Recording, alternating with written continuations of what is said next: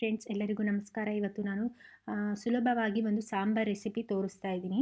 ಈಗ ಪಲಾವು ಮತ್ತು ಅನ್ನ ಎಲ್ಲ ನಾವು ಹೇಗೆ ಮಾಡ್ತೀವೋ ಅದೇ ಥರ ಸಾಂಬಾರು ಕೂಡ ಈಸಿಯಾಗಿ ಮಾಡ್ಕೊಬೋದು.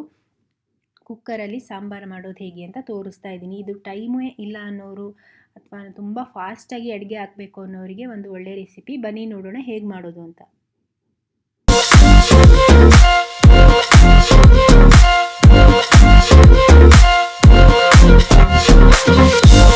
ನಾನು ನೋಡಿ ಇಷ್ಟು ತರಕಾರಿ ತೊಗೊಂಡಿದ್ದೀನಿ. ನೀವು ಯಾವ ಥರ ತರಕಾರಿ ಬೇಕಾದರೂ ತೊಗೊಬೋದು. ನಾನಿಲ್ಲಿ ಬೀನ್ಸು, ಕ್ಯಾರೆಟು, ಮೂಲಂಗಿ, ಕ್ಯಾಪ್ಸಿಕಮ್, ಹೀರೆಕಾಯಿ, ಟೊಮೊಟೊ, ಸ್ವಲ್ಪ ಈರುಳ್ಳಿ ತೊಗೊಂಡಿದ್ದೀನಿ. ಹಾಗೆ ಇಲ್ಲಿ ನಾನು ಒಂದು ಅರ್ಧ ಟೀ ಕಪ್ ಆಗೋಷ್ಟು ಬೇಳೆನ ನೆನೆಸಿಟ್ಟಿದ್ದೀನಿ. ತೊಗರಿಬೇಳೆ ಒಂದು ಅರ್ಧ ಗಂಟೆ ನೆನೆಸಿಟ್ಕೊಂಡಿದ್ದೀನಿ. ಯಾಕಂದರೆ ಸ್ವಲ್ಪ ಬೇಗ ಆಗುತ್ತೆ ಅಂತ. ನೀವೀಗೆ ನೆನೆಸಿಟ್ಕೊಂಡಿಲ್ಲ ಅಂದರೆ ಡೈರೆಕ್ಟಾಗಿ ಕೂಡ ಹಾಕ್ಬೋದು. ಆದರೆ ಒಂದೆರಡು ವಿಸಿಲು ಜಾಸ್ತಿ ಹೊಡ್ಸ್ಕೊಬೇಕಾಗುತ್ತೆ ಅಷ್ಟೇ. ಈ ಕಡೆ ನಾವು ರುಬ್ಕೊಳ್ಳೋದಕ್ಕೆ ರೆಡಿ ಮಾಡ್ಕೊತಾ ಇದ್ದೀನಿ. ಸ್ವಲ್ಪ ತೆಂಗಿನಕಾಯಿ ಪೀಸಸ್ಸು ಅಥವಾ ತುರಿ ಕೂಡ ಹಾಕ್ಕೊಬೋದು.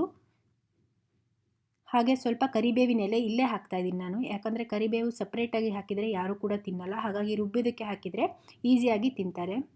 ಇದು ಸಾಂಬಾರ್ ಪೌಡರ್ ಒಂದೂವರೆ ಟೀ ಸ್ಪೂನಷ್ಟು ಸಾಂಬಾರ್ ಪೌಡರ್ ಹಾಕಿದ್ದೀನಿ. ಹಾಗೆ ಖಾರಕ್ಕೆ ಬೇಕಾದಷ್ಟು ಅಚ್ಕಾರದ ಪುಡಿ, ಸ್ವಲ್ಪ ಹುಣಸೆಹಣ್ಣು, ಇಷ್ಟನ್ನ ಚೆನ್ನಾಗಿ ರುಬ್ಕೊಳ್ಳೋಣ. ಇದು ರುಬ್ಬಿ ರೆಡಿಯಾಗಿದೆ. ಇವಾಗ ಈ ಕಡೆ ನಾನಿವಾಗ ಕುಕ್ಕರಲ್ಲಿ ಡೈರೆಕ್ಟಾಗಿ ಆ ಬೇಳೆ ನೆನೆಸಿಟ್ಕೊಂಡಿದ್ನಲ್ಲ ತೊಗರಿ ಬೇಳೆ, ಅದನ್ನು ಹಾಕ್ಕೊತಾ ಇದ್ದೀನಿ.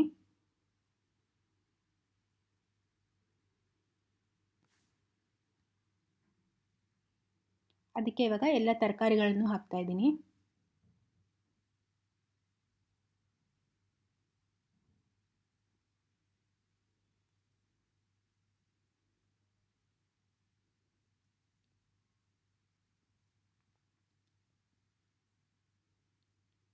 ಅದಕ್ಕೆ ಸ್ವಲ್ಪ ನೀರು ಹಾಕ್ತಾ ಇದ್ದೀನಿ.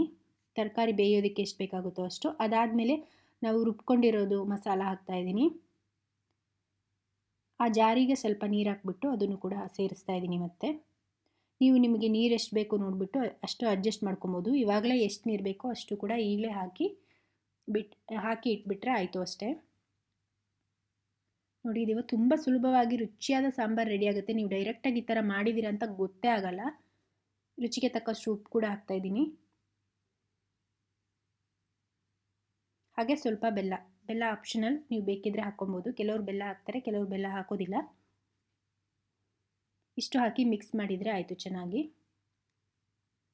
ಇದು ನೀವು ಸಪ್ರೇಟಾಗಿ ಬೇಳೆ ಮತ್ತು ತರಕಾರಿ ಬೇಯಿಸ್ಕೊಂಡು ಮಾಡ್ತಿರಲ್ಲ, ಆ ಥರ ಮಾಡೋ ಸಾಂಬಾರ್ ಟೇಸ್ಟೇ ಬರುತ್ತೆ ನಿಮಗೆ. ಡೈರೆಕ್ಟಾಗಿ ಈ ಥರ ಕುಕ್ಕರಲ್ಲಿ ಮಾಡಿದ್ದೀರಾ ಅಂತ ಚೂರು ಗೊತ್ತಾಗಲ್ಲ. ಹಾಗೆ ತುಂಬ ಬೇಗ ಕೂಡ ಆಗುತ್ತೆ, ತುಂಬ ಈಸಿಯಾಗಿ ಕೂಡ ಮಾಡ್ಬೋದು. ಇಷ್ಟೇ ಇದು. ಇದನ್ನು ಮುಚ್ಚಿಬಿಟ್ಟು ಒಂದು 4ರಿಂದ 5 ವಿಸಿಲ್ ಹಾಕ್ಸ್ಕೊಂಡ್ರೆ ಆಯಿತು ಅಷ್ಟೇ. ನೋಡಿ, ಇವಾಗ ರೆಡಿಯಾಗಿದೆ, ಚೆನ್ನಾಗಿ ಬೆಂದಿದೆ ತರಕಾರಿ ಮತ್ತು ಬೇಳೆ. ನಾನು ಇಷ್ಟು ನೀರಾಗಿ ಇಟ್ಕೊಂಡಿದ್ದೀನಿ. ನಿಮಗೆ ಯಾವ ಕನ್ಸಿಸ್ಟೆನ್ಸಿ ಬೇಕೋ ಅದ್ರ ಪ್ರಕಾರ ನೀವು ಮೊದಲೇ ನೀರು ಹಾಕ್ಕೊಳ್ಳಿ ಬೇಯಿಸ್ಕೊಬೇಕಿದ್ರೆ. ಈ ಕಡೆ ನಾನು ಸ್ವಲ್ಪ ರುಚಿಯಾಗಿ ಬರಲಿ ಸಾಂಬಾರು ಅನ್ನೋದಕ್ಕೋಸ್ಕರ ಒಂದು ಒಗ್ಗರಣೆ ಕೊಡ್ತಾಯಿದ್ದೀನಿ. ಇದು ಆಪ್ಷನಲ್ಲು, ನೀವು ಹಾಗೆ ಬೇಕಾದರೂ ಅದು ಅನ್ನದ ಜೊತೆಗೆ ತಿನ್ಬೋದು, ರುಚಿಯಾಗೇ ಇರುತ್ತೆ. ಆದರೆ ಸ್ವಲ್ಪ ಒಗ್ಗರಣೆ ಮಾಡಿ ಅದ್ರ ಜೊತೆಗೆ ಮಿಕ್ಸ್ ಮಾಡಿದ್ರೆ ಟೇಸ್ಟ್ ಇನ್ನೂ ಸ್ವಲ್ಪ ಹೆಚ್ಚಾಗುತ್ತೆ.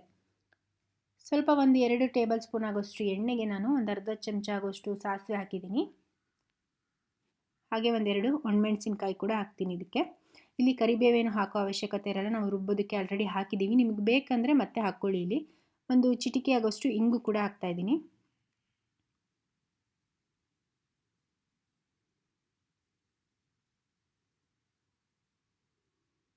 ಇವಾಗ ಒಗ್ಗರಣೆ ಬೆಂದಿದೆ.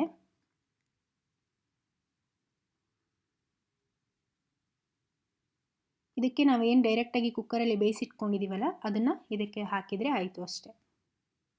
ಇಷ್ಟೇ, ಇದು ಸಾಂಬಾರ್ ಈಸಿಯಾಗಿ ಕ್ವಿಕ್ಕಾಗಿ ರೆಡಿ ಆಗುತ್ತೆ. ಟೇಸ್ಟ್ ಕೂಡ ತುಂಬ ರುಚಿಯಾಗಿರುತ್ತೆ. ನೀವು ಇದು ಖಂಡಿತ ಮನೇಲಿ ಟ್ರೈ ಮಾಡಿ. ಈಸಿಯಾಗಿ ಬೇಗ ಕೂಡ ಮಾಡ್ಕೊಬೋದು ಟೈಮ್ ಇಲ್ಲ ಅನ್ನೋರು. ನೋಡಿ, ಈ ಥರ ಬಂದಿದೆ. ಇಷ್ಟು ನಾನು ನೀರಾಗಿ ಇಟ್ಟಿದ್ದೀನಿ. ನಿಮಗೆ ಬೇಕಂದರೆ ಸ್ವಲ್ಪ ದಪ್ಪ ಕೂಡ ಮಾಡ್ಕೊಬೋದು. ವೆಜಿಟೇಬಲ್ಸ್ ಎಲ್ಲ ಚೆನ್ನಾಗಿ ಬೆಂದಿದೆ, ಬೇಳೆ ಕೂಡ ಚೆನ್ನಾಗಿ ಕರಗಿದೆ. ಇಷ್ಟೇ, ಇದು ತುಂಬ ರುಚಿಯಾದ ಒಂದು ಸಾಂಬಾರ್ ರೆಸಿಪಿ. ಈಸಿಯಾಗಿ ಹಾಗೂ ಗ್ಯಾಸ್ ಕೂಡ ನಿಮ್ಮದು ಉಳಿತಾಯ ಆಗುತ್ತೆ. ಇದರಲ್ಲಿ 2 ಸಲ ಕುದಿಸ್ಬೇಕು, ಬೇಯಿಸಬೇಕು ಆ ಥರ ಏನೂ ಇರಲ್ಲ. ತುಂಬ ಈಸಿಯಾಗಿ ಪಟ್ ಅಂತ ಮಾಡ್ಕೊಬೋದು. ಈ ರೆಸಿಪಿ ಇಷ್ಟ ಆಗಿದರೆ ಒಂದು ಲೈಕ್ ಮಾಡೋದನ್ನು ಮರಿಬೇಡಿ. ಹಾಗೆ ನಿಮ್ಮ ಫ್ರೆಂಡ್ಸ್ ಆ್ಯಂಡ್ ಫ್ಯಾಮಿಲಿ ಜೊತೆ ಕೂಡ ಶೇರ್ ಮಾಡಿ. ಯಾರಾದರೂ ಹೊಸದಾಗಿ ನನ್ನ ಚಾನಲ್ ನೋಡ್ತಾ ಇದ್ದರೆ ನನ್ನ ಚಾನಲ್ಗೆ ಸಬ್ಸ್ಕ್ರೈಬ್ ಆಗೋದನ್ನು ಮರಿಬೇಡಿ. ಪಕ್ಕದಲ್ಲಿ ಬೆಲ್ ಐಕಾನ್ ಕೂಡ ಇದೆ, ಅದನ್ನು ಕೂಡ ಕ್ಲಿಕ್ ಮಾಡಿ ಆಲ್ ಅಂತ ಸೆಲೆಕ್ಟ್ ಮಾಡಿ. ಮುಂದೆ ನಾನು ಯಾವುದೇ ವೀಡಿಯೋಸ್ ಹಾಕಿದರೂ ನಿಮಗೆ ಈಸಿಯಾಗಿ ನೋಟಿಫಿಕೇಷನ್ ಬರುತ್ತೆ. ಮತ್ತು ನಾನು ಇನ್ನೊಂದು ರೆಸಿಪಿಯೊಂದಿಗೆ ಸಿಗ್ತೀನಿ. ಅಲ್ಲಿವರೆಗೆ ಬಾಯ್, ಟೇಕ್ ಕೇರ್.